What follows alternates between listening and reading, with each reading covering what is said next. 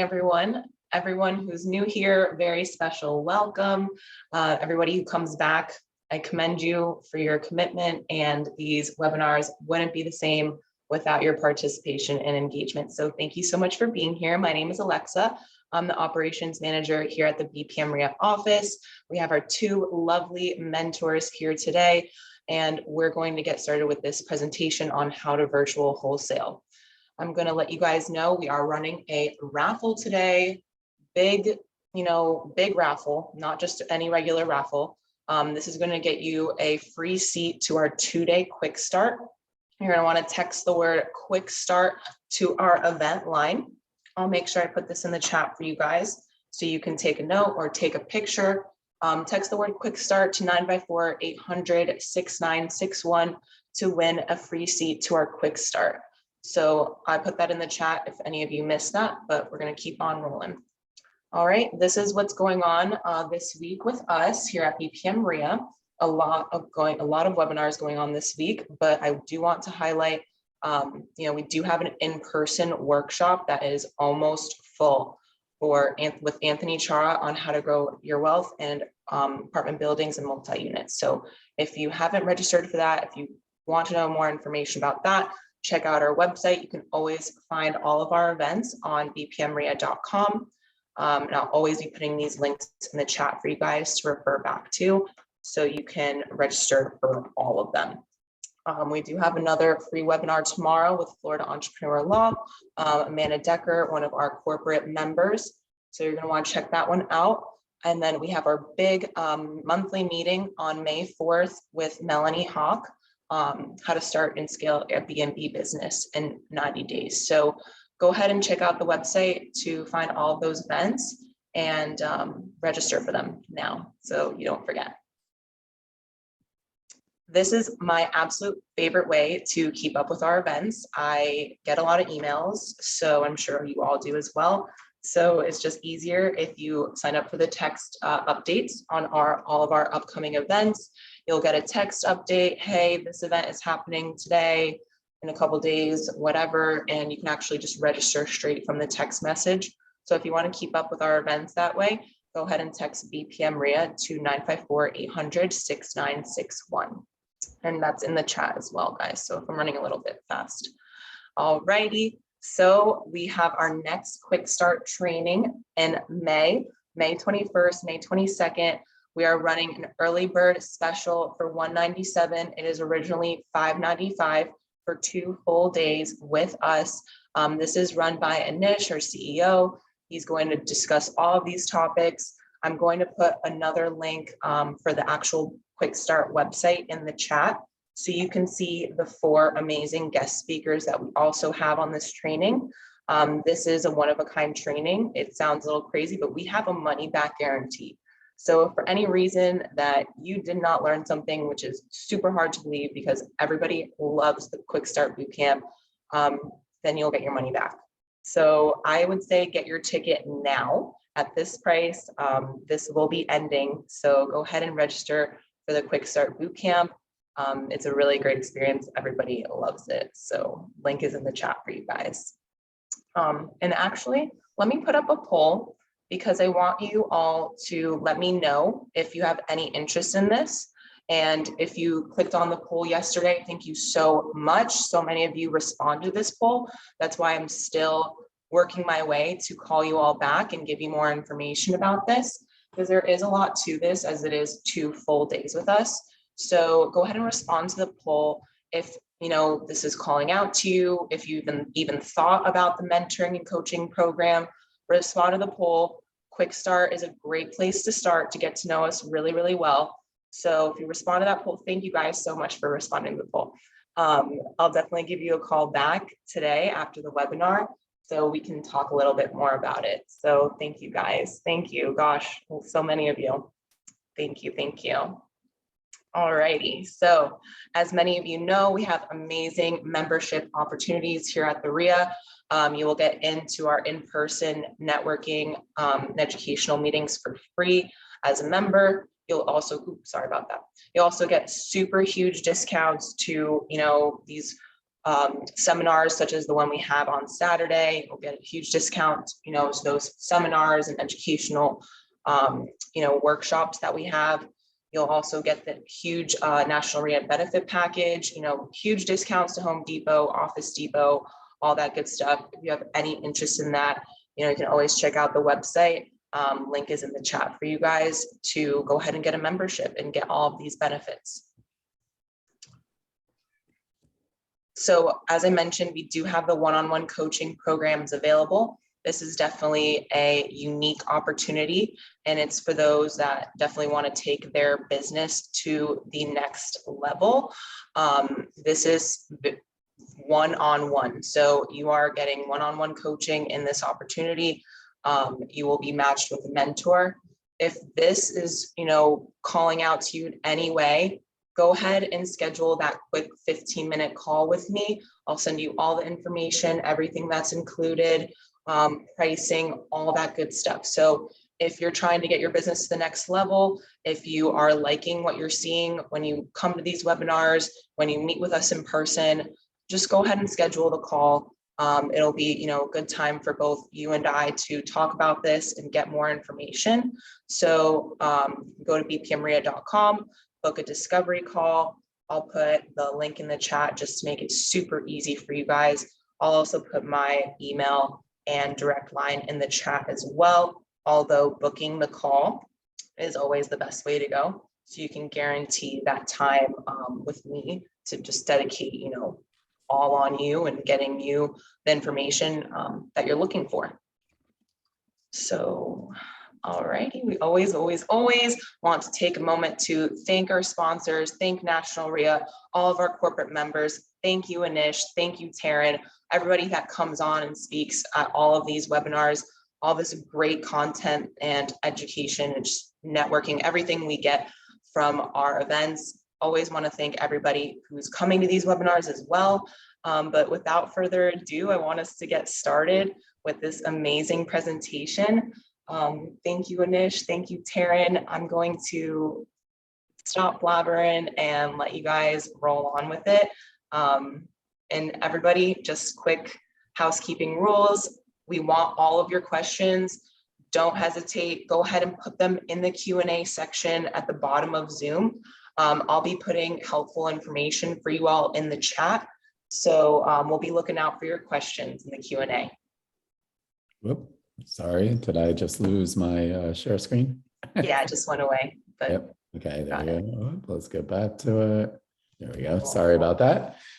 So welcome, guys. I know most of you guys know who we are, so I'll just give a quick intro. The CEO of BPM REIA. My background, licensed real estate agent for, now it's 20 years. Licensed mortgage guy for even longer, degree in finance. Hated my corporate job, was in banking and auditing. I read all the Rich Dad, Poor Dad books. I was living the life of poor dad, following my poor dad. And I realized I needed to make a change. I got clobbered in 2007 and 8 in real estate, went from millions to basically zero. Luckily, real estate got me back into it, and I was probably just too stubborn to go back to a corporate job. And it's always been my passion about real estate investing, constantly learning. And, one of the other things that I think is always important, Taryn and I are in a mastermind together. I also have two of my own mentors. So constantly evolving as the industry's changing too. So Taryn, do you want to introduce yourself? Yeah. So, I came through the BPM program years ago, back in 2015, did a national program before that. And I just wanted a different life. I was working in a casino at the time, but did that for 23 years, worked nights. I've got 3 daughters. And I just love real estate. It gives me the flexibility to be able to spend all kinds of time with my daughters and, just really create that generational wealth that I was looking for. In the meantime, I started this Woman Wholesaling Houses Facebook group, and we have over 26,000 women nationwide. And prior to COVID, we were doing meetings in 10 different cities and things like that. And I'm really committed to empower women with the resources and knowledge that they need to be successful in real estate. So I love it. Yeah, absolutely. So just out of curiosity, how many people have actually, or even know what virtual wholesaling is? Put it in chat if like a quick sentence of what you think virtual wholesaling is. I'm always curious to see what that is. And by the way, today is going to be very interactive. So, Tara and I could talk about anything forever, it seems like, but we want to show you a lot of value today on, what it is, out there too. So, and throughout the presentation, we'll be putting up polls because we want to see who we're talking to. So I'm just kind of curious, like my first question, have you guys done a deal out of market? So that's always an interesting. Suzanne said, okay, buying and selling online, physically, assign or sell properties. Okay, virtual wholesaling. See some of the things out there. So as I put that poll up there, buying and selling in different markets. Wholesaling, real estate stock, not really. So great, virtual wholesaling. What's the easiest way you would define it, Taryn? I would just say that virtual wholesaling is where you don't have to go face to face. So I saw a couple of people said like long distance and whatever. It doesn't have to be long distance. I can literally virtually wholesale as long as I'm just not leaving my house, right? So it's basically when you're virtually wholesaling, you're not visiting the property. You're not speaking to the seller face to face. There's no in-person meetings whatsoever. So it could be that you're working in a different market, or like Anish and I did a rehab right at the start of COVID. We couldn't go to the house and it was literally like 3 blocks, not 3 blocks, but 3 roads over from me. And I just never visited it. And we did everything virtually from the comfort of our homes and the safety of our homes. So that's what, a lot of people think, well, virtually wholesaling, oh, I have to pick a market, well outside of me. But it really, when you start to get the basics of how this all works, it will change the way you work your business completely. Absolutely. And so the funny part is I'm putting this poll up. 25%, almost 25% of you guys have actually done some virtual deals. That's awesome. Actually 22%. So that's pretty impressive. The people that actually did deals, you want to put in the chat what area? I'm always kind of curious to see. What area, and was it a wholesale or a rehab? I'm curious if anybody's actually done a rehab. On that portion. So like, I want to give props to the people that have done it already. So it's pretty awesome. Okay. Baltimore, wholesale, nice, Maximo.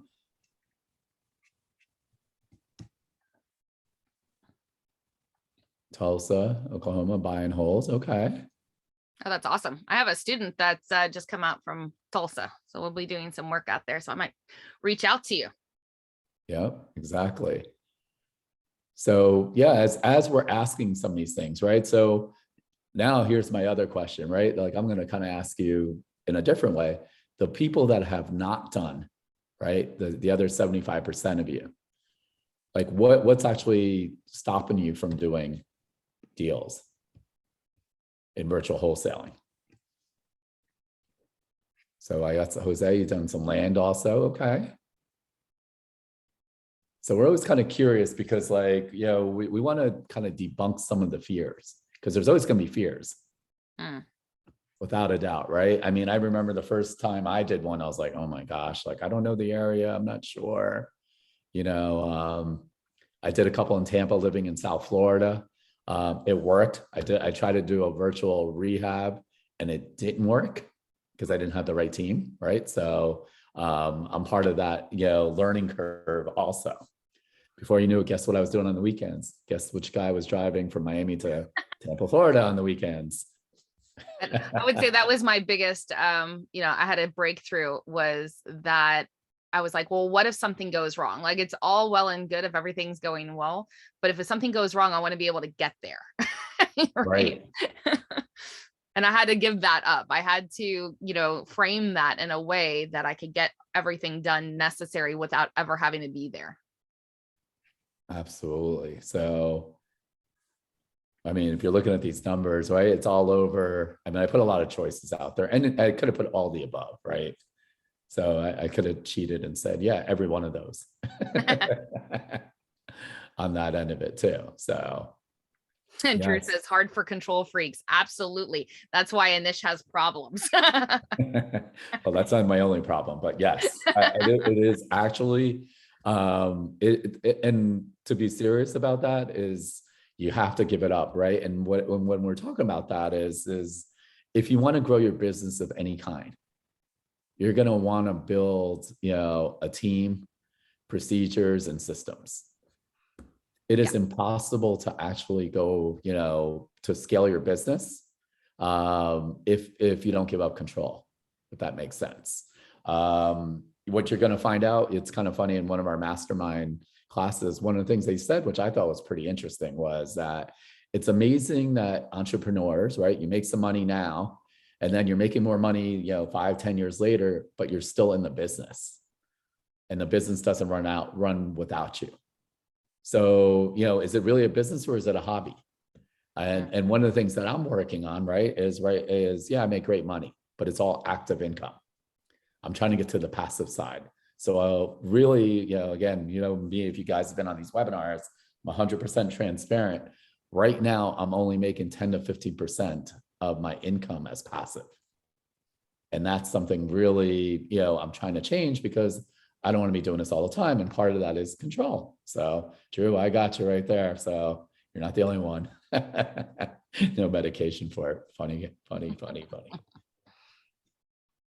So again, Taryn was talking about what is virtual wholesaling. So I thought that's a great example. It can be in your backyard too. You know, like when I first thought of virtual wholesaling, I thought it had to be in a different neighborhood, different state, different city.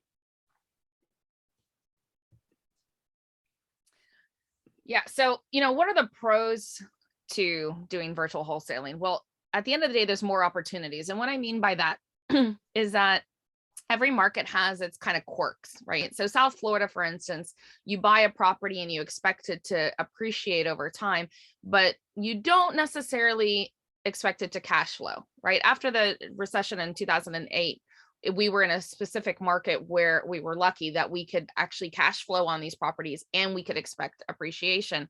But for the most part, where we're at right now, if you're lucky to get a little bit of cash flow, but you're really buying properties and looking for the appreciation over long term. Now, if you go to Tulsa, for instance, or Kansas City, you're not looking for that property to appreciate. That property is going to be worth $100,000 today. It's going to be worth $100,000 in 10 years, but it's going to cash flow really, really well. So it all depends on what you're looking for, what your business model is. I saw some people were doing wholesaling, some were looking for buy and hold. What you're looking for, where you want to go do your deals. That's for one thing. And then the second part of that is, markets, when you talk about real estate, it's very micro, right? It's on the ground. It's city by city. One city could be one way and you go over the street and you could have different values and things like that. So where you could have a recession or a softening of the market in another area, it could be exploding. So an example of that is like Huntsville, Alabama right now. They've got some big companies coming in there and that area is exploding. So you want to be in the path of progress where the market's starting to heat up from outside sources. And one of those outside sources is like what businesses are coming in. Dallas, Houston, all of those areas went crazy 10 years ago because Boeing came in, and I think Toyota was the other one that came in. There were 3 really big companies that moved into that area, and it stimulated jobs, which stimulated growth. And then you had a hurricane that flooded Houston, creating a lot of opportunity. And that's why you see those markets really exploding. So we're in South Florida right now. Prices are crazy. You can still do deals here, but sometimes you can find more opportunity in other areas. And so it's great to be able to do that. And then you have the flexibility, right? I don't have to leave my house. I can do deals wherever I want it, right? If my aunt, or it happens all the time where somebody in your speaking will say to you, oh, I've got this property and it's in, Timbuktu. And you're like, well, let me take a look at it because I can now evaluate it and do deals in other markets and be able to, either keep it for my portfolio or make a return on my investment. So, Anish, do you have any other pros that I didn't put down there, or any comments on that before I go into cons? Yeah, I mean, I mean, my biggest thing is less competition to an extent. And one of the things that I've also noticed, right, if you're using traditional marketing, and what I'm actually talking about when I say traditional marketing, I'm talking about letters, postcards. What we've found is in smaller markets or sub-markets, like she was talking about, Huntsville, Alabama, or, wherever you want to talk about some of these, smaller Chattanooga. What we've seen, even with our partners, even from our own things, that we're getting better response rates on traditional marketing. So how many of you guys, right, are getting, I know some of you guys are investors, you own properties, you own your homes. How many letters are you guys getting right now? Right? I mean, I probably get, I don't even know. I feel like half my mailbox is solicitation about people wanting to buy my house or that. And the irony is, like, the data is so old. We've already flipped those houses. A couple we've already rehabbed, some of we've already wholesaled. I'm even getting the text, whatever they're using as data points, which is a different set, workshop. Like, I sold a house 3 months ago, and now I'm getting a text like, hey, are you still interested on that? So one of the things, as I said, like, that's something pretty different in these other markets. The other thing I do want to say is, you're right, when it talks about cash flow. You have to figure out what your strategy is. And also, it might be wholesaling to other people that are buy and hold. The idea is, first of all, you got to know what your exit strategy is. The second is, she's correct, is where what you're going to find on the coast, when I say coast, East Coast of the United States, West Coast of the United States, the properties generally appreciate way faster. In the middle or the central, it's really about cash flow. And, maybe, it's 100,000, maybe it's traditional, it goes up 3 to 5%. Next year it's 103, 105 on that end of it. But, the rent rolls are great. The reason that, some of the stuff why I like about South Florida, you get a win-win on both. And, and we're talking about cash flow. I mean, there's different ways to skin that cat also, because if you're using other creative financings, number one, you're adding a short-term rental business in there.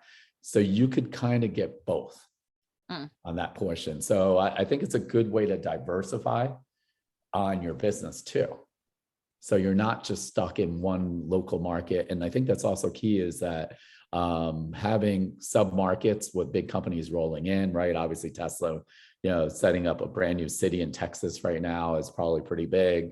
As Amazon starts opening centers, wherever, it's a lot of people moving in. We're starting to see with South Florida, especially the Miami area, big tech is moving in. So we're getting some high level people moving into different regions. So you want to be able to have that background. You got to understand what's happening into an area. It's not going to be like, what was that movie with Eddie Murphy, Coming to America, where they're like, they just circles and like, oh yeah, we're going to look for Queens. No, that's not going to, you're not going to just take the map and say, I'm going to pick here. It says I'm being sarcastic, but you want to be able to do some research on the area on that. So yeah, I think that's pretty much most of the pros that I've seen. Well, I would definitely say that research heavy is not my favorite thing, because when you're opening up what I consider like opening up a new area where I'm going to do work, or, when somebody gives me that one-off lead in the middle of nowhere that I have to evaluate, there's so much that goes into it because I'm looking at all of those things. And when we talk about research heavy, so some of you on the call might be wondering, well, how do we know when businesses go in and things like that? And I'm not going to dive into it too much, but if you're going into a particular area and you're going to do a lot of work there, you can look at the comprehensive or the master plan for the city, or you can call their economic and development board and ask them, hey, what's going on? We're looking at investing in this area. What's happening in this market? And they will give you the book and page of everything that's going on and what's coming in. And they'll, because when a business comes into an area, they reach out to them first to let them know that that's what's happening. So they're the first opportunity that that certain things are going to happen before they actually happen in an area. And then the other con to virtual wholesaling is that you're just not local, right? So sometimes, things won't be going the way you want it to go. And then what's going to be right there is like, damn it, do I have to get on a plane and go deal with this? Right? Wouldn't it be cheaper for me to just fly out and go change the doorknob that kind of thing, versus having to deal with this contractor right now. So those things come up. But it's, while it's a con, I think that the pros well outweigh everything that goes on. I do remember one of our people that we know, they were doing a rehab. They had partners on the ground in Detroit, and he lost. They stole all the appliances out, right? Because he didn't have a sufficient team on the ground that was protecting his assets. So we're going to go into that and how to navigate that a little bit more in this talk today. And so one of the things also, like when you're talking about the economic development of a city, so here's the good news, right? Try to get someone at the building department in the city of Miami is not easy. When it's like these little towns, you're going to be surprised, especially in the Midwest, how friendly they are, and they will give you all that information. Like it's really not as hard as you think by picking up the phone. I know with technology, right? It's great to have all the technology. The human aspect definitely helps. They're going to give you that end of it. My question actually is like, what are you guys using, right? Sorry. What are you guys using if you're doing, like what kind of software are you guys using if you're doing deals in other areas, right? I know some of you guys are doing deals in other areas, so I'm just kind of curious what you're using. So throw it in the chat. Yep, throw it in the chat. So.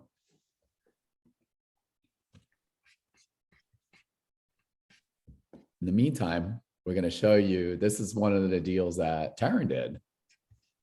Yes. So, how many people know where Gonzales, Louisiana is?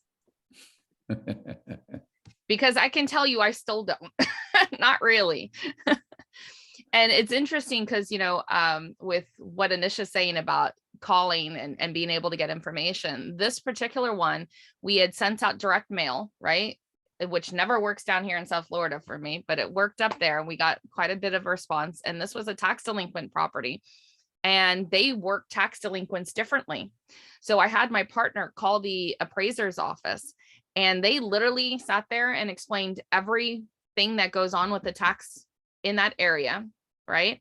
And then on top of that, they knew exactly who owned the certificate that was going to sale. And so gave us the attorney's information and telephone number so that we could call them and see what we could do with it. That's what I mean about them being like overly friendly. They're, willing to help out, and they just bent over backwards. And that's the whole reason we were able to get this deal done. So we wanted to show you what's possible as far as when you're virtually wholesaling, right? So this property, like I said, it was a tax delinquent. We ended up buying it. The guy had 4 weeks before the auction date. We spoke to him, and we told him what we could do. We tried to help him. He owed, by the all of it said and done, he owed $27,000. That's what he had to come up. An ARV on this property, I was looking at, because I didn't know the area and I'm always conservative, about 230. And so I said to my partner, I said, he's going to come back a few days before this auction because he went dark on us. I said, he's going to come back a few days before, and he's going to want us to do something. So we need to figure out, like, are we going to wholesale this property and all of this stuff? Well, she didn't really pay attention to me. And 4 days before the auction, he calls us and he's like, please, can you just buy the property? But at this point, I haven't been able to walk inside. I haven't got an inspection, all of this. So I said, look, I can do it, but I can do it for 60, right? When your money is on the line, you're very clear about like what you're prepared to risk, right? I probably could have paid a lot more, but I was like 60, I know no matter what happens, I can make money. So the guy's like, please, can at least do 70. So I agreed to 70. And we went into, it took us a good portion of time to decide what we were going to do with it. We gave him a month's stay in the property after we closed. And we looked at it like, are we going to just wholesale it? Well, if we wholesaled it from 70, we thought we would probably get about 120, 150 for it, maybe, if we could wholesale it, right? If we bought it and renovated, because there was a hole in the ceiling, and we decided to keep it as a rental property, a property like this will rent for about $1,500. it would be about a 10% cap rate. We would be able to do a cash out refinance, and we would get all of our money out and probably, give each of us, because it was me and another person, about $20,000 out. The problem is that I really didn't want to hold this property with a partner, right? It's a new relationship. And I was like, do I really want to get in bed with a long-term investment? So we decided that the best opportunity as a wholesale, we would have left too much money on the table. So we decided that we were going to do a small rehab on this property and get the things cleaned up, throw it up on the MLS and see what we could do with it. So go ahead and click the link, Anish. Yep. So before I do that, I'm gonna backtrack a Sure. bunch of stuff there, right? Oh. So how did you actually get the deal? Well, first of all, how did you pick Gonzales, Louisiana? Let's start with that. Yeah, so my partner lived in this area, in and around Baton Rouge, Gonzales, years ago, and knows the area very well. She lives here in South Florida though, so she is not there. So she had relatedness with that area.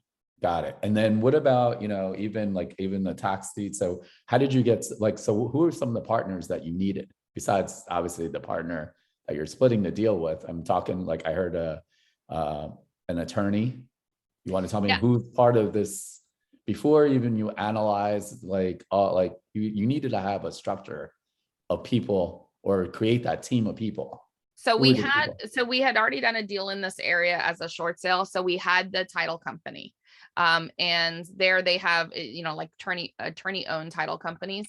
So we were able to ask him questions about the tax delinquent and whatnot.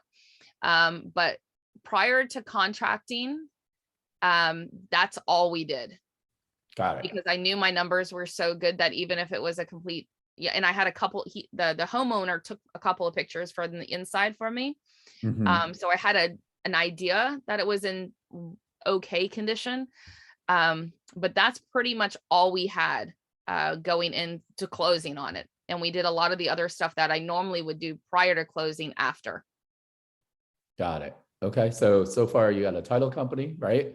Your partner actually knew the area. Otherwise, I remember when you were telling me Gonzales, Louisiana, I laughed. I was like, is that Mexico? I have no idea. You said, I'm like, what the heck? What are you talking about? So it's important. So you title company, after you ask the title company how the tax deeds work, right? Also, is that Yes. How they work? So we spoke to the appraiser's office. Yeah. I know you've you probably figured out what whether the pre-foreclosure situation, is it judicial, non-judicial? Yep. And by the way, Louisiana's neither of those things. They're kind of in between. They have it's called an executed something or other. They're the only state that has it. Louisiana's special. I can't think of what it is off the top of my head. So it's kind of like a bridge between the two, but it's not exactly judicial or non-judicial. Got it. And you want to explain what the difference that means, just in case some of you guys... So if it's judicial, it goes through the court system before the foreclosure is allowed. If it's non-judicial, they don't have to go through the court. It's a really quick process. It's like, oh, you weren't paying. There's a small gap time, and then you're getting sold at auction. So I know Georgia, Texas, there's quite a few of non-judicial properties there. When you're talking pre-foreclosure, they're losing it really quickly. So there's a lot of motivation versus Florida, judicial, it could take 3 years. There's no motivation in the beginning. Perfect. And then, I'm just kind of going to grill you all the way through. So the detail oriented, right? So, I do a lot of deals in Florida. So I always use the Florida FAR bar as its contract. You said it got under contract. Obviously, you couldn't use a Florida FAR bar as Correct. How did you get the right contract? So so there's a couple of ways when you're working in a virtual market regarding contracts. You can use a single pager or 2-pager that you'll see some of the gurus put out. I don't particularly like them because you've got to make sure that all of the points are covered to cover yourself. So generally speaking, when I go into another market like I did here, we reach out to somebody that's working in that market through like Facebook or whatever. Maybe they're realtors, maybe they're wholesalers or they're buyers, and ask them what they're using. One of the other ways to do it is to go through the national RIA and find out who has a local chapter or a meetup group in that area and ask them what they're using as far as contracts. It differs from area to area. So like here in Florida, we can use the FAR bar. If you're not a realtor, you can get a license through AltaStar, right? When you go into somewhere like Georgia, you can't use the state specific contract unless you're licensed. So in Gonzales, what we did was we actually got a realtor to give us a state specific contract to fill out. And we used his license. Perfect. Right. So like, these are the things, right? Hey, she found a great deal, negotiated it, but like as simple as like a contract, I'd been, in the beginning, I'm like, what the heck am I going to do? I want to put this offer. And, at the same time, I think it's important because you're still trying to, be the expert, right? This homeowner, you don't know them.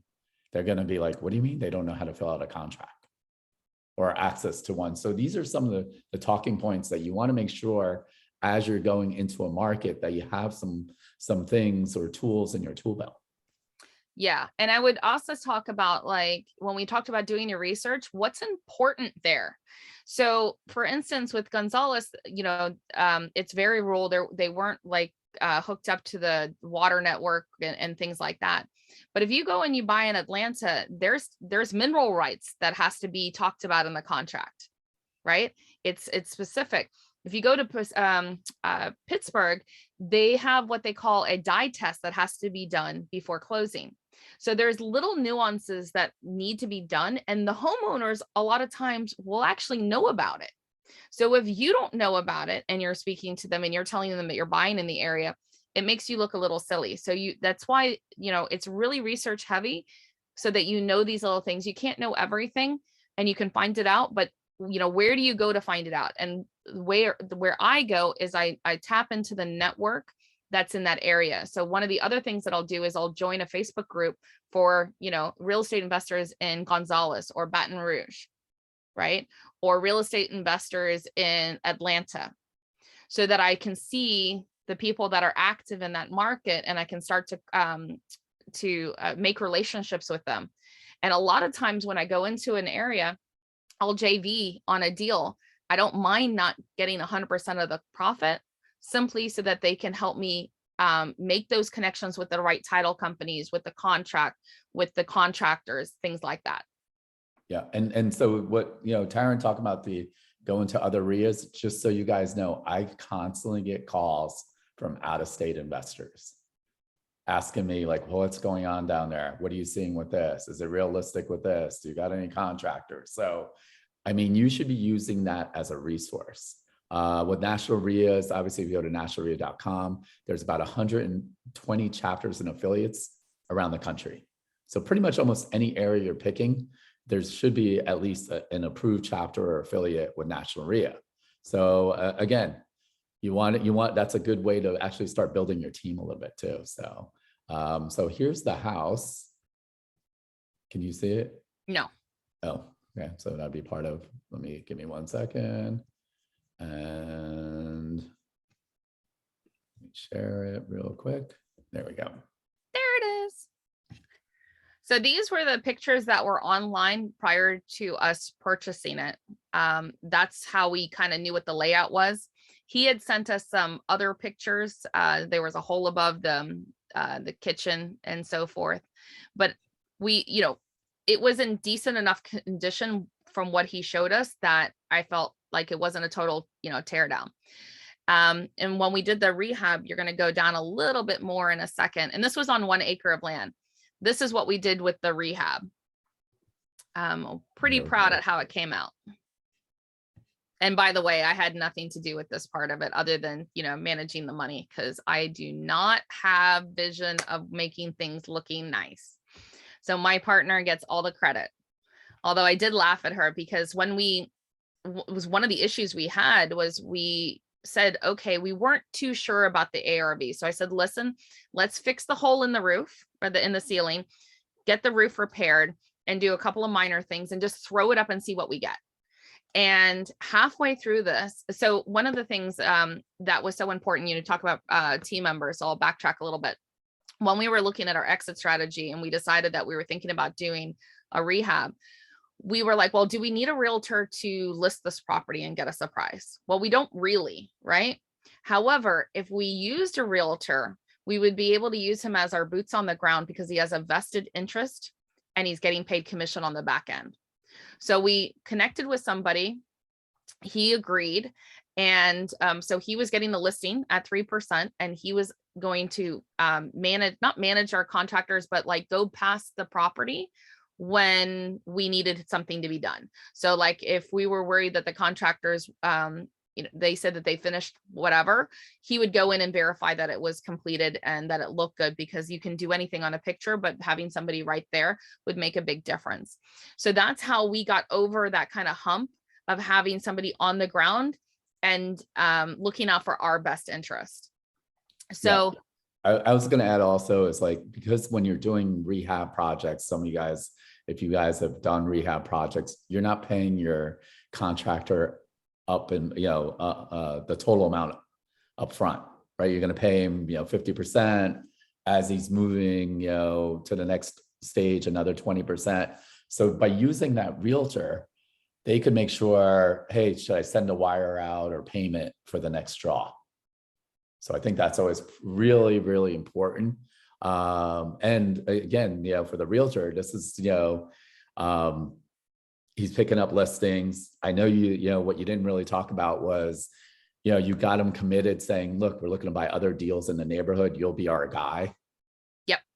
On Absolutely. that portion too. So I think that's, like, it's building those relationships. It's not 100%. One and done, right? I know some of you guys might be realtors on this call. How would you like if an investor actually was loyal to you, right? So I know here in South Florida, no comment on that stuff. So like every investor it's a little bit more cutthroat.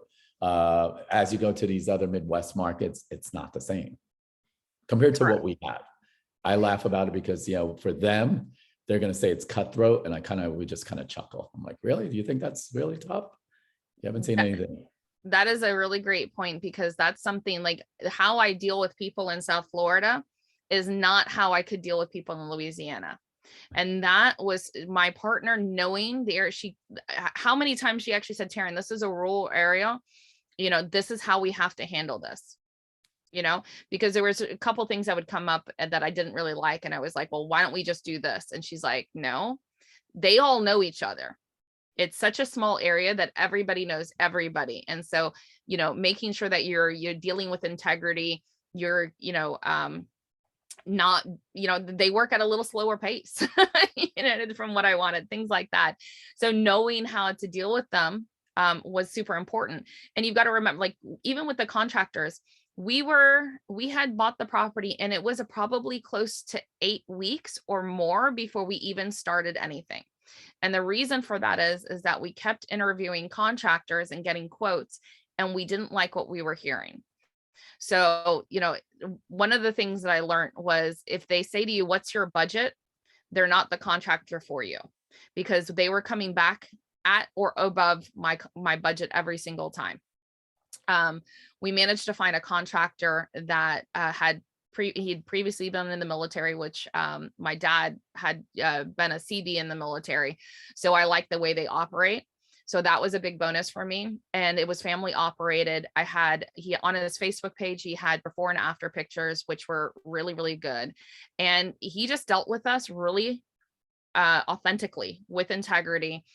He got on really well with our realtor as well, because obviously the two of them have to work together, right? Because relationships, when you're working in virtual wholesaling, is probably the number one thing that you have to have. You've got to build relationships to get the deal done, and everybody has to feel like they're winning, and everybody has to be on the team.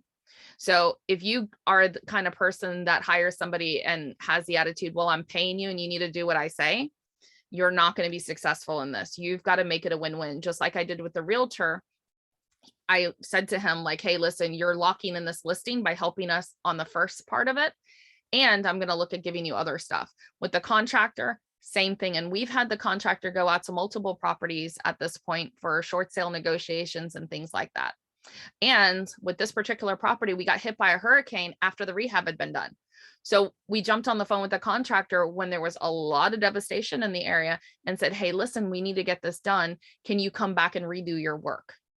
Yep. Right. And so I'm going to add to like what was important, what you said. It took you 8 weeks to get that contractor, right? So I'm a hardcore, number guy and what's it costing me per day. So I will tell you a mistake I made back in, the mid 2000s doing a virtual wholesale deal. I just wanted to get in and out so quick. Guess what? I hired the wrong people. So I had no systems back then of, really boots on the ground and technology. And it wound up costing me I had to fire them. It took 2 months longer than it should have. And like my point is sometimes you'll make bad decisions just because you're rushing. Yeah. And it's going to cost you in the long run. So there's like a fine line between, rushing into a decision versus the right people. You're going to always want the right people versus rushing into a decision. Yeah. And like with us, it was 2 women, right? Trying to hire a contractor, and neither of us were going to be in the area. So we had to be very, very certain that who we were working with was going to work, not run off with our money and things like that. So doing that due diligence, even because I bought so well, I had the spread to be able to take the time and be okay with it. We ended up holding this house for like a week, just a week under a year. That's how long it took us through everything to get to the finish line. And we made 160,000 on this property. And the other end of that too, which is important, was not only, obviously you have more challenges, being 2 women than, maybe I would have. The other big thing is that, you're in Louisiana and they're saying, oh, I have these South Florida investors, right? So I get it all the time, and I kind of joke about it too. I was like, oh, I have these California investors. So in my mind, I'm already thinking like they're used to overpaying. Like everything looks cheap to them. So if I was bidding out, I'm not saying I'm not a contractor or any of that stuff. Would I be a little bit different and say, well, that's what's happening in South Florida, because I know they could afford it. So that's something that you always want to be careful too. I know some of you guys have some questions. You put in the chat, raise your hands. Just make sure you put in the Q&A.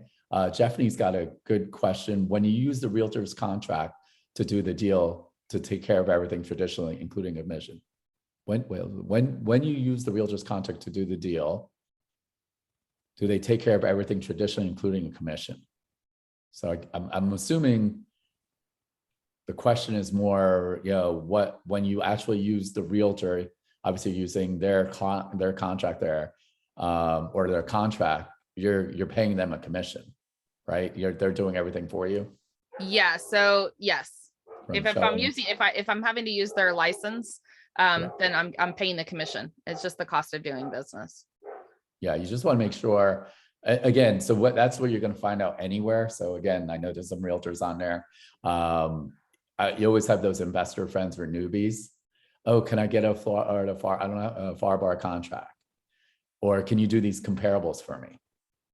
That gets very old very quick, I promise you. So we had to pay for, we paid for our CMAs in that area because we were, I can do my own CMAs, but with like Louisiana, for instance, when you look up sold data, it doesn't always tell you. It'll tell you what it was listed for, but it's not a non-disclosure. But I use Zillow a lot for their sold data, and you can't really see it. So we got CMAs because we were very conflicted on what the price was. On this particular one, remember I said at the beginning, I was like working my numbers out. It was about 200, 230 conservatively. Middle of the rehab, the realtor came back. They had done a case study with 15 other realtors in the area. And he says, everybody thinks that we should list this at 375.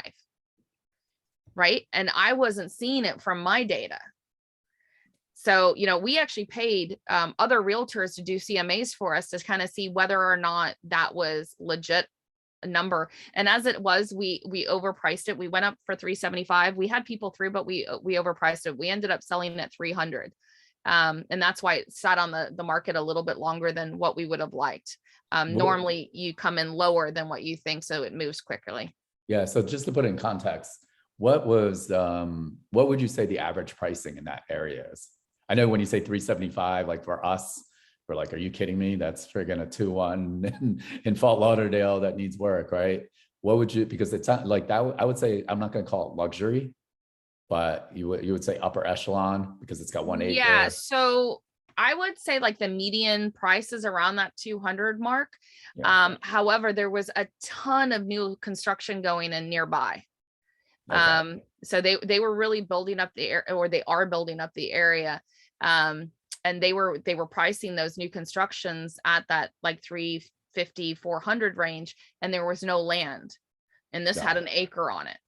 Did you take that into account when you were? Yeah, we took it. Yeah, we took it all into account. But when you're in an area that you don't know and you're putting your own money into it, I was looking at, what can I make without even trying? Because that I'm going to take care of the bottom side first and know that I still have money and I'm making money. And then I'll let the upside take care of itself, which it did. Because across the road from this property were a bunch of mobile homes. Yep. So it's like, it's very rural. And at half the time the acreage was flooded because it's really wet. It's kind of like it's kind of like the Everglades over there. That's funny. And so Geraldine's asking, how are you finding these leads? Yeah, so this was a pre-foreclosure list. I'm not actually 100% sure how the tax delinquent ended up on it, but it worked out. Yeah. Japanese also asking, what was the cost of holding the property? If I remember correctly, with cost of money, water, electrician, all that, I think it was under $1,500 a month. So times 10, yeah. Yeah. So 15 to 20 grand. Yeah. I mean, this house, if it had been in my neighborhood, we would have been in and out in 3 months. But because we hadn't done a virtual wholesale before, we didn't know the area. We took our time all the way through to get it done. And Maximo's asking, did you double close? So remember, she held it for a year. And were those actually those realtor contracts, are they assignable in Louisiana? Yes, they are. If I'm actually not 100% sure. I mean, I'm not sure. The deals that I've all done have been short sales in this one, and we were closing on them. So I didn't really look. Depending what area you're in, you're gonna listen. If you go into a new area and you're going to use a contract that either an investor in that area is using or a state specific realtor contract, you have to read all of it, every single line, because you've got to know what the standard agreements are. If you're not doing that, you're going to leave yourself open to trouble. 100%. Like there's on the Atlanta contract, it actually states like the earnest money that comes in. It gives them a period of which, if the check for earnest money, it bounces, they have like 3 to 5 days to rectify it. So when you go, like if you're wholesaling and you're looking for your end buyer and you allow that to be in your contract, you've just given somebody 10 days to market your property without having any escrow money in. Wow. And if you're working on if you're at your inspection period, they've locked up your contract, you're on the hook for your escrow. So those kind of things, you've got to be very, very careful. And I see that Nazeta asked if I set up a Louisiana LLC. No, I did not. I used my my corporation from here. And that's another person I didn't actually put on the power team on the slide, was a CPA, because I had to have the conversation with the CPA. What are the tax laws in this area? Because remember, I had a partner. So when everything was divvied up, she got half, I got half. Now, if I go do my taxes and I get hit with tax for the city or county or for the state, like that's coming out of my side. It's a little hard to go back to your partner and say, hey, listen, we got hit by tax, right? So I had to have that conversation with him. Like, what is the best way to structure this deal so that I'm not paying her tax? So what we did was we put her portion on the final settlement statement when we closed on the end buyer, so that it wasn't showing that I was receiving that money. Yep. And do I use my own money or hard money? I use Daddy Warbucks there. I called Anish on the Thursday, and I was like, listen, I need you to wire $27,000 by noon tomorrow for this property. And he's like, oh, okay. So he just sends it over because we have that relationship. And that's one, again, a place of building relationships with people that have money, right? Always good. And then on the Tuesday, I was like, oh, by the way, you've got to send the rest of the money. He's like, what rest of the money? I was like, oh no, this is what it is. He's like, oh, okay. And he sent it. But can you imagine if we didn't have that relationship to be able to do that? And I was actually getting hard money, and there might have been no way for me to get this deal done in the time frame, because remember I told you that we had the attorney's information for the people that own the certificate. Now, the way it works in Louisiana when they're doing tax deeds, this is kind of crazy, is that when you pay somebody's tax certificate, you end up owning 1% of the house. So there's like there were 3 deeds on this house. 3 people own this property. The owner owned 98%, and these other people own 1%. So the hedge fund goes out and buys all of these deals, and they want it to go to auction because they're going to get their $27,000 plus 1% of whatever it sells for. So they did not want us to buy it from the seller.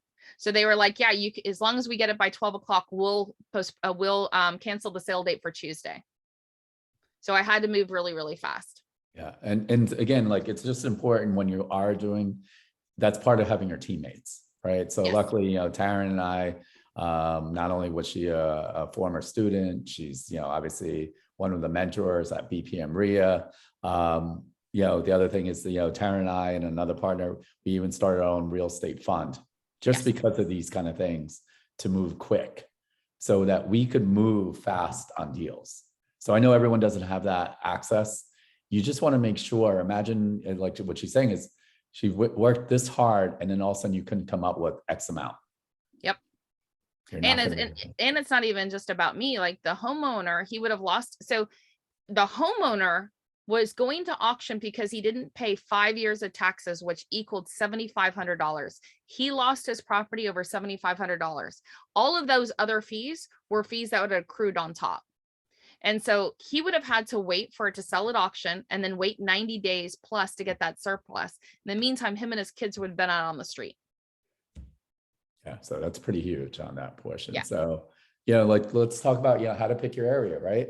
Yes. So, all right. So, the one area, the way that I like to pick it is if you're familiar with it. So if you've lived somewhere before, or you have family in an area, if you have some sort of connections to a certain area, you're going to know a little bit more about what's going on the ground than someone like me that's going, oh, I hear people make a lot of money in Memphis, so I'm just going to start wholesaling or buying property in Memphis, right? So having that familiarity with an area is a big deal. It's easier to build your power team. It allows you to utilize people that to be boots on the ground versus having to go outside of your circle of influence. So that would be my number one way of picking an area, right? And then places that you like to visit, right? So if you are, let's say it's a buy and hold. If it's a place that you like to visit, you get to write it off for taxes, right? So at the end of the day, buy in places that you wouldn't mind going to if something went wrong. Like the idea of going up to Gonzales, I was like, maybe not. I could go buy it in New Orleans, right? I still think it's funny that you made like 160K plus and you still never drove there. Like meaning like, yeah, maybe, maybe I love Gonzales. Right. Like maybe you could have a t-shirt. Yeah. I love Gonzales, Louisiana, right? Like if I made 160 on something. But, I think that's always important too. Like where, if it's a place you want to visit, it's a win-win. For sure. And I will say that I've made the most money on places I didn't know existed. Yeah. Yeah. It's great. And then the third thing you want to know is like, are you looking to buy rentals? Are you rehabbing? I did put wholesaling on there because really it's, if you're wholesaling, you've got to know whether it's going to be a rental or a rehab either way. But what are your goals? So one of the reasons that I do some virtual deals as well is I like to buy things creative finance, subject to or seller financing. You try to get this down in South Florida, they're going to look, you can get it done, but it's not like commonplace. They look at you a little skiff, like you're trying to steal their deed or, your firstborn baby. There's very little trust down here, but you go into somewhere like North Carolina and you can get it done all day long. Yeah, Right. So if you want to build your Texas. portfolio and you don't want to have to come up with all of this money and you want to start buying creatively, then you want to find a place that is commonplace that you can get it done. Yeah. And if you guys don't really understand creative financing, actually, Taryn and I did one. We did a workshop about, I don't know, maybe a month or two ago. So it is on our YouTube channel. It's just alternative ways to take control of property. And one of the things that, as you start adding more tools to your tool belt, why it's important as interest rates are going up, right? Yes. So you could take advantage of some of these people that refinance their house, not say take advantage, it's probably not the right way to say that. You could, I don't know, the easiest way. I would say that it's like you're helping somebody else out and it's an advantage to you because their interest rates are really low. Exactly. That's what I meant. Otherwise, I'm like, they're gonna be like, hey, that Anish guy and Taryn, they're talking about taking advantage of people. No. So right? it's and the reason why some of those things work because there might not be enough equity. Yep. For the homeowner to walk away. So they're kind of stuck with it. They list it. They're not going to get the money. They'll have to walk in with money. So those are advanced tools that you learn. And what we found is in these, secondary, third markets, it does work better. And it really comes down to trust. Yeah. And it's just another way of buying a deal that solves the homeowner's problem, right? Like maybe they don't want $100,000 sitting in their bank account. Maybe they want the payments. They just don't want to have to deal with the house or the relocating. So there's a lot of reasons why they might want to do it. So the other thing that I was going to say about picking your area is looking at sold data. So you're talking about, secondary markets and third and tertiary markets and things like that, right? You can get great deals out there, but in the last, 5 weeks or something, I keep getting deals from people. Hey, Taryn, what about this? And it's literally in the middle of nowhere. I mean, Gonzales is the middle of nowhere, but there are at least people around, right? We're talking about places that are so outside that there's nobody buying there, right? And there is almost nobody renting there. So if I can't rent it and there's nobody buying, what am I going to do with it? So you've got to be careful when you're picking your areas to look at sold data. Like, is it a market where there's activity happening? You don't want to spend all this time and do marketing and stuff like that, only to find out that nobody's moving there. Right. And the houses aren't changing hands. I looked at I don't remember the name of the city. It's in Ohio. I read an article today or yesterday. So we were hearing about appreciation everywhere. This little town in Ohio, the prices have gone down 20%. Ooh. The values. I was like, wow. All right. So it's important, again, knowing sold data and knowing the area. Like, I think that's. Yeah. So we talked a little bit about the power team. I think it's, if you ask me here in South Florida, when I'm doing deals, do I need a realtor? The answer is almost 90% of the time, no. The only time I use a realtor down here is if I'm doing a short sale, and then I bug Anish for his license. But when you start to work out in another area, you're going to need a realtor. You're going to need somebody that understands what's happening on the ground, what's moving in, and things like that. Now, Anish made a really great point earlier. You can't use and abuse the realtor. You can't call them up and ask them for all of this information without creating an opportunity for them, and saying to them like, oh yeah, I'm planning to do a bunch of deals there and you're going to get paid down the road. May or may not cut it. It may cut it for a little while. So make sure that you're creating a win-win. So if you're asking or you're picking their brain, maybe you send them a $20 gift card for their time, right? It'll go a long way to building the relationship. Or maybe you send them, some Dunkin' Donuts or flowers to wherever to their office, something to show that you appreciate the time and effort that they're taking and you appreciate what they're doing for you. Yeah. Really I know you pay for some CMAs. Like, I wouldn't mind paying, I'd sell them $50 for doing this, the CMA just for their time. Yeah. So like, it's worth it. Right. And hey, if the deal doesn't go through, at least, I'm only out $50. Exactly. Right? There's still a cost of doing business. You don't want to make bad decisions because you're not getting the right information for the area. 100%. And I mean, I wouldn't do it for every deal. I would do my CMAs to a certain point, but once you know you have a seller that's truly motivated and this deal is going to go through and you're just looking to see now, how can I make my numbers work? That's the time that you definitely want to be investing in your business. The second power team is, and without a doubt, you need a title company or title attorney. So different areas, you may not have a title company and you might be required to have an attorney do the closing. So New York is one of those places that an attorney has to draw. New Jersey. Which one? New Jersey. Yeah. Yeah. So, and then the other thing is like, not all title companies are equal. You know, do they actually understand what you're doing? If you're doing a subject to, or if you're doing a double close, do they know and understand it so that they don't blow up your deal? Right. So that's an important component. And then a contractor in that area. So a contractor or, you know, / inspector, at some point, you're going to need somebody to give you some sort of information on a property, whether it's repairs or you need somebody to walk through it, that sort of thing. Maybe clean it out. So you want to start to build those individuals. And generally speaking, they all kind of know each other. So one of the ways we got a lot of our so we had one major contractor, but we had, you know, we had to do the roof, we had to do the septic and things like that. The realtor put us in touch with his people. Yep. And by the way, this realtor also used to do flips. So he, you know, we evaluated him. He knew these different things, which he brought a lot of value to the deal.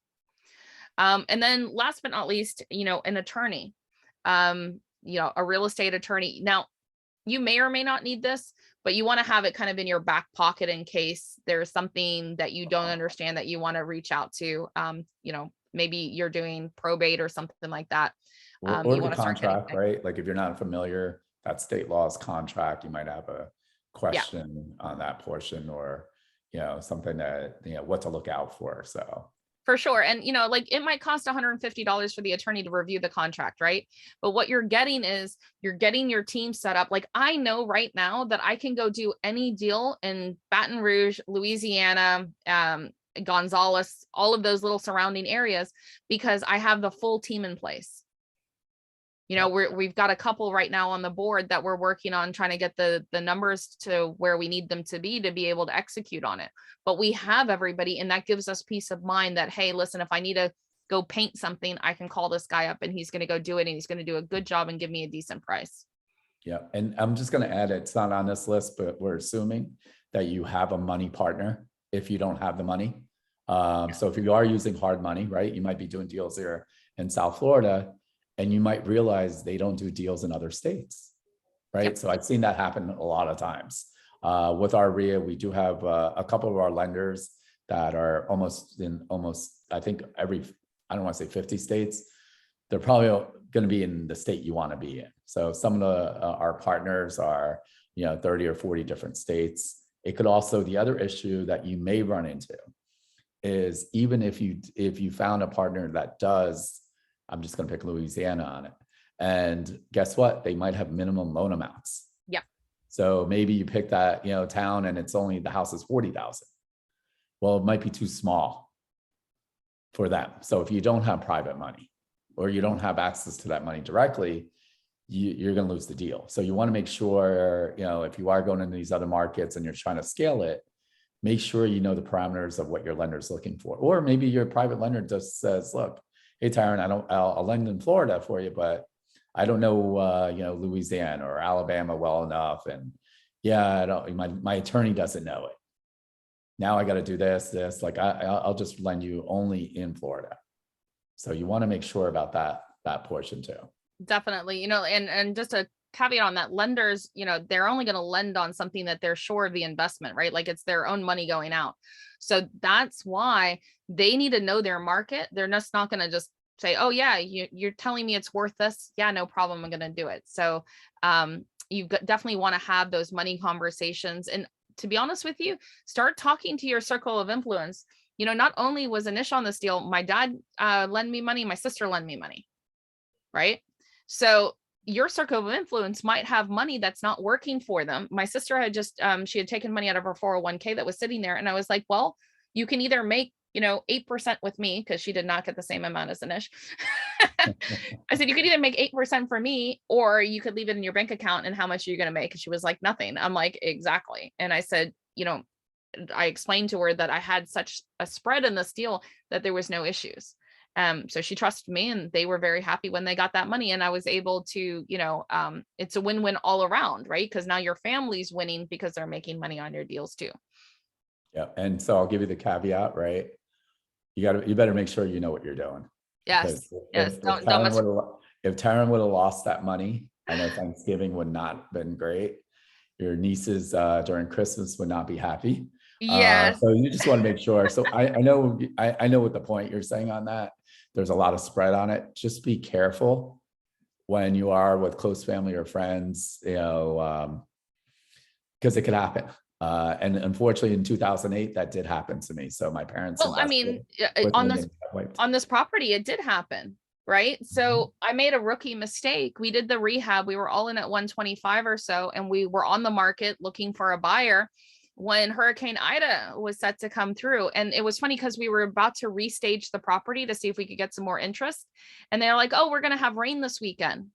And I was like, okay. And overnight, it turned into a category 4 hurricane with the eye set to go right over the house. And the minute that happened, they bind the policies and you can't change them. That's when I realized I hadn't upped the insurance. I was only covered for the 70,000. So here I'm thinking, if for those of you that remember Katrina, I'm like, if I'm left with a slab on this house, I'm screwed because, I would have enough to pay Anish, but I wouldn't have enough to pay my dad and my sister out. And I had money in the property. Right. So, I mean, I got really spiritual, did a lot of praying, told it to me right. We had a little bit of damage, but we came out ahead, and I actually made money on the insurance claim. So that it turned out okay, but it could have gone sideways, Well, right? I'm going to correct that day you. I had to have a conversation with every single one of them and saying, listen, this is what's going on, and I need you to throw up your prayers too. Just because this is recorded, what Taryn meant to say is her insurance loss was covered her repairs. She did not make any money on it. Thank you. That's what I said. You just got to make sure what you say. Well, so it's funny because we got paid out for like the tree and the fence and things like that. But the day after the hurricane came through, we got a full price offer. Yep. So then they wanted to move really fast, and they're like, you need to get this stuff fixed up. And I'm like, you do realize the hurricane just came through. So they wanted to close. And I was like, I can't get somebody out to do the fence and the tree. So I'm like, look, if you want to close on time, if you want to close right now, you take on the tree and the fence. And it was about a $2,500 swing. And I'm like, you take it on. Otherwise, we're going to wait until closing date, and I'm going to try to get it done. So they were like, all right, give us a $500 credit. So, we did things like that. So we didn't have to do all of the work. I made them take it on. Yep, exactly. So what type of contracts we kind of talked about? Yeah. In general. Let me get it. So here's some resources that you could use, right? So, I know my hardest part was like, how am I going to get photos there? I don't know someone in that city. So that's a really good website, velocitybpo.com. They will literally go out there, take pictures and video for you. I think the photo was about 150. Well, I guess it depends. No, it depends where it's located. They give you a estimated price for it. So it's like, this is generally going to cost you $50. And then what you want to do is you want to add like a bump, like a tip, right? Because especially if it's out in the middle of nowhere, I wanted the order to be picked up and somebody to do it. So I actually added on, I think it was like $10 or something. So it cost us like $60 to get the pictures. And they have like 3 types. They can go out and do a BPO, which is like the 4 pictures and the street, or you can get them to go in and they'll do almost like inspection photographs. So they take the whole area. And then the third thing that you can get done is a video where they, walk through the property. We just did the pictures to kind of get a feel for what it was. And it was done within, I would say it took us 3 days from the time the order was picked up for them to coordinate to get into the house because the homeowner was still in, and get the information back. But really super simple, because a lot of people, as Anish was saying, it's like you're buying this property, especially if you're wholesaling, right? So you're buying this property. Who are you getting to evaluate the deal, right? If you hook up with a wholesaler in the area, are they going to cut you out of the deal because they're talking directly to the seller? Which we've had people that do this. So how, the other way to do it is to ask the seller to send you pictures, right? But is the seller going to send you the ones that look bad? Generally speaking, not. So this is a really great unbiased company that will go out and take those photographs. You want to make sure that they're available in your area to be able to do it. The other way to do it is to create a relationship with the realtor. But again, you have the issue of the realtor saying the wrong thing at the property, right? Because they only understand, a lot of them don't understand the investor mindset. And so they'll be like, oh, well, you could get X, Y, and Z as a listing, right? And so I've had a realtor on a short sale that really killed my deal. So made me a little jaded. But yeah. And then the other link that was there was contractors. You took it down. Yep, let me get that bad back and wrong. on. Yeah, sometimes the mind of its own here. I'll get it back up. Yeah, it's called the Blue Book. So you can get a list of contractors anywhere in the country to give you a kind of an idea of who to reach out to, and you can see they've got their license number. You can check them out that way. So that's also a really good resources while you're kind of trying to figure out. Let's say you need to get a new roof type of thing. You can see who's there, and then when you're doing your other due diligence, are they matching up? The rest of them, I'm not going to go through. We talked about them. Yeah, we already talked about National RIA, Facebook groups. I mean, these are big resources that if you want, again, you're like, what I really want to talk about is like with the virtual wholesaling or rehabbing. Yeah, you're going to have to do a little extra work in the beginning. It's pretty much going to be one time is what I tell people, because once you have the contractors, you have the team, all that other good stuff, it's going to really change everything for you. So I see some questions. We're going to kind of run through these. Gerald's asked them, when you buy a pre-foreclosure list from the courthouse, what specifications do you ask for? So you don't buy a pre-foreclosure list from the courthouse, right? That they're not in that business. You would go to the courthouse and you can look up. So in judicial markets, you're looking for a lis pendens to be filed. That shows that it's been started. In non-judicial, the little hack there is to actually look for the substitute trustee that's filed. It's literally filed before the notice of default is filed. So that gives you a little bit of a head start on everybody else. But for the most part, if you're working in tertiary markets, you need to actually go to the courthouse to get that information, to get it fresh. Now there are softwares like we have ReaFax. ReaFax has just gone into Arizona. They're in Atlanta. They're in a couple of other markets outside of South Florida. Then you've got things like PropStream, although PropStream just lost all of their sold data. So it's not as good as it once was, but a lot of these data providers have. So you want to find out that would be my first question, is where are they getting their sold data? Propelio is another one, especially if you're going to be working in Texas. Propelio, the guy who owns that is in Texas. He does a lot. His name is Daniel Moore. And so that system, while you can work in other areas, Texas is a non-disclosure state. So it's really, really powerful if you're going to work in Texas to use Propelio. That would definitely be my hat off for that. And then there's some other ones out there. Can't think, they're ones that I haven't used in a long period of time. So the other way to do it is there are places like Foreclosures Daily, which is a corporate member of ours. They do sell data lists. And then what they'll do is you'll be buying like, they'll guarantee you 25 leads a week or so. And you can get, pre-foreclosures, you could get probates, pre-probates. So there's ways of picking up leads that way as well.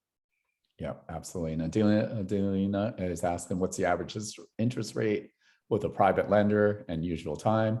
It all depends.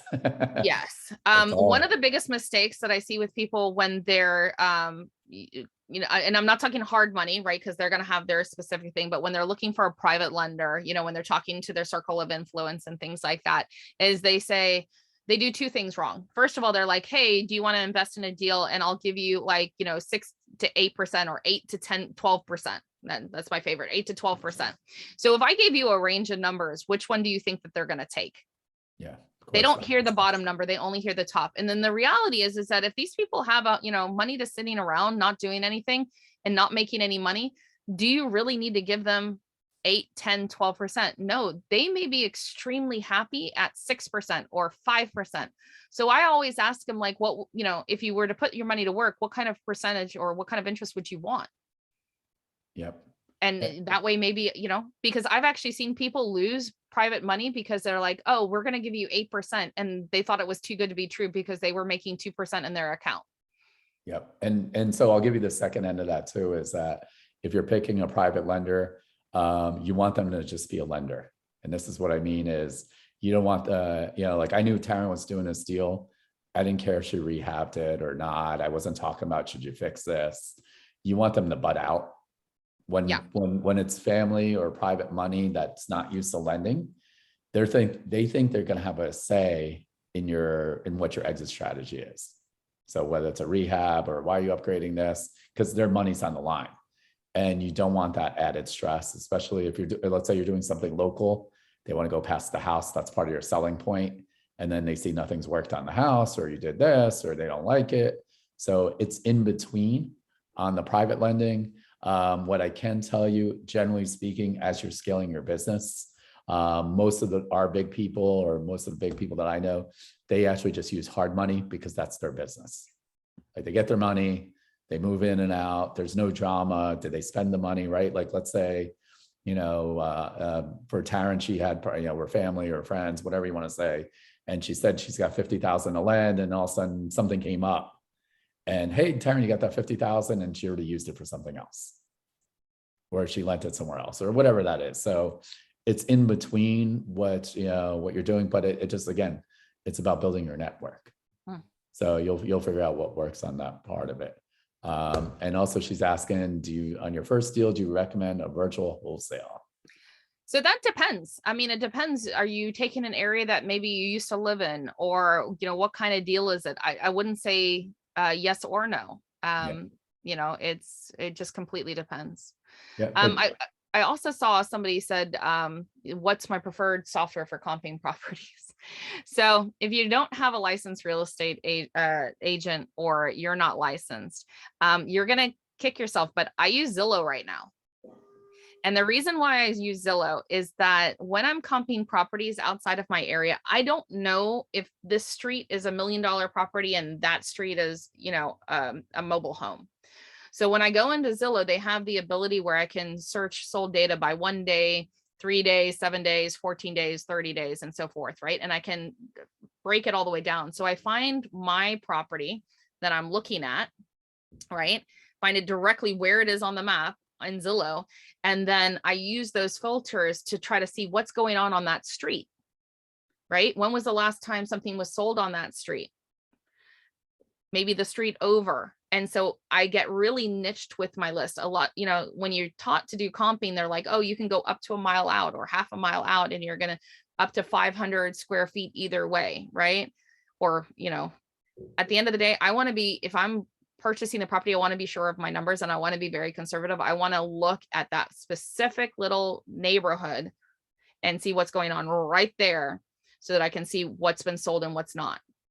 Yep. So that's kind of how I do it. And Zillow actually has some advanced features that are free, meaning you could see what they're getting versus list price versus sold. It'll give you percentages. Again, that's a free tool. We're saying that's not your only tool, but that's a quick way to look into an area. I know we always give Zillow such a hard time. So for a change, we're actually saying something nice about them. But yeah, and I'm not using the Zestimate. So let's just be clear. I'm not using the Zestimate. I'm pulling my own comp data, and I'm saying, okay, this house is, roughly comparable, same neighborhood, that sort of thing. Absolutely. And so one of the things, like we're almost near our end of time. These 90 minutes always go so quick. I know, hopefully Alexa, you can pop in. I know somebody won a ticket to our 2-day quick start. To give you an idea, like I know some of you guys have been to our quick start. imagine 2 full days of this. I mean, we're not going to be talking about virtual wholesaling, but we're going to talk about creative financing, how to find off-market properties. We will have the owner of ReFX on the quick start, Kevin Thatcher, who Independence Title, talk about, double closings and wholesaling and, best practices and contracts. And, Carl Shealy, who's been, our contractor way before even Bria. I was part of Bria, so for 28 plus years, and he's an investor also. And Jose Ramirez talking about your how to set up your accounts and taxes and all that good stuff. So it truly is 2 full days. We used to, just to give you an idea, it used to cost well over $1,000 originally, because we did them in person. The friggin' hotels kills me on pricing. So now that, we're doing it via Zoom, we do keep it small. So, we're only looking to keep it around 25, 30. Your cameras will be on. So I know with webinars, we don't do it that way. It's interactive. You can raise hands, we'll put you in groups. And as my promise, as usual, is if it really, if I wasted 2 days of your life, I can't give you your time back, but I'll gladly give you your money back. And we've actually had people through the quick start actually get deals. And I always kind of joke about it, is that in case you guys don't know, Taryn, myself here at BPM RIA and the other mentors, we are cash buyers. So guess what? They actually took some of the skills that they learned over the weekend, got something under contract, and sold me the property, right? So you could assign a contract, you need transactional funding. There's a lot of different ways to work with us. And what I've done now, like seriously, for $197, if you can't invest in yourself, then, I don't know, when's it gonna be the right time? So, I mean, that's very important. And the last thing I'll also leave you also is, if I don't buy it, we do have our wholesaling program where we could sell it to one of our buyers. We have a 10,000 plus cash buyers list too. So if I don't like it, or I think it's icky, it doesn't work for me, we have other buyers that have no problem buying random things. That's probably the easiest I could say it. So, so who is our big winner? All righty, big winner to the 2-day quick start training. Drum roll. Congratulations, Catherine A. All right, Catherine. So happy for you. I'll be in touch with you. I'll send you an email, put you on the list. Super happy for you. You're going to have a great time. There's going to be so many different people in there that you'll get to know. And I'll be responding to those polls later today. And you'll also get a thank you email from me for attending. And again, like if you guys are interested in our coaching program, just go to our website, book a discovery call. We'll set up an appointment with me for an hour. You could ask me all the hard questions that you want. If you've noticed, I'm not the rah-rah guy. We only take limited students per month on purpose, because we give you unlimited access to us. That means phone calls, emails. We're not like the other companies out there. We don't only do virtual wholesaling or regular wholesaling or rehabbing. We know how to do creative financing deals. And the biggest thing is I put up all the money for the deals and we profit share. So, ask me those questions. You want to talk to, former students, it's pretty easy. What we are really committed here at BPM RIA, is my commitment is to our members, our students. If you've noticed, we've been giving a ton of free education via Zoom. We've convinced our vendor partners to teach, because the market's constantly changing, and our market is very different from any other markets out there. So I want to thank you guys. Taryn, any last words that you might want to let everyone know? No, yeah, I'm just thankful you guys all, spent the time to be with us today, and I hope you got some value, and we look forward to seeing you at the next webinar. Yep. And also make sure you join our Facebook group. I know Alexa's been putting it in the chat. One of the things, if you join the group, let us know, right? Like, hey, it'd be great if we could do a workshop on this. So if I get enough people, like sometimes it's hard for me to figure out the topics. So if I don't know it, I'll make sure I have one of our experts be on a panel. And again, like tomorrow will be a good one with Amanda Decker. I think it'll be pretty fun. So, and the last thing I ask is, if you get a chance, make sure you give us a 5-star Google review, and let me know, at least one thing that you learned from the webinar. So thank you guys again, and we will see you soon. And then hopefully we'll see maybe I'll see some of you guys on Saturday in person at the Anthony Char event. I think there's only 3 seats left. So That's an amazing event. Yeah, it's awesome. So thanks, guys. Take care. Bye.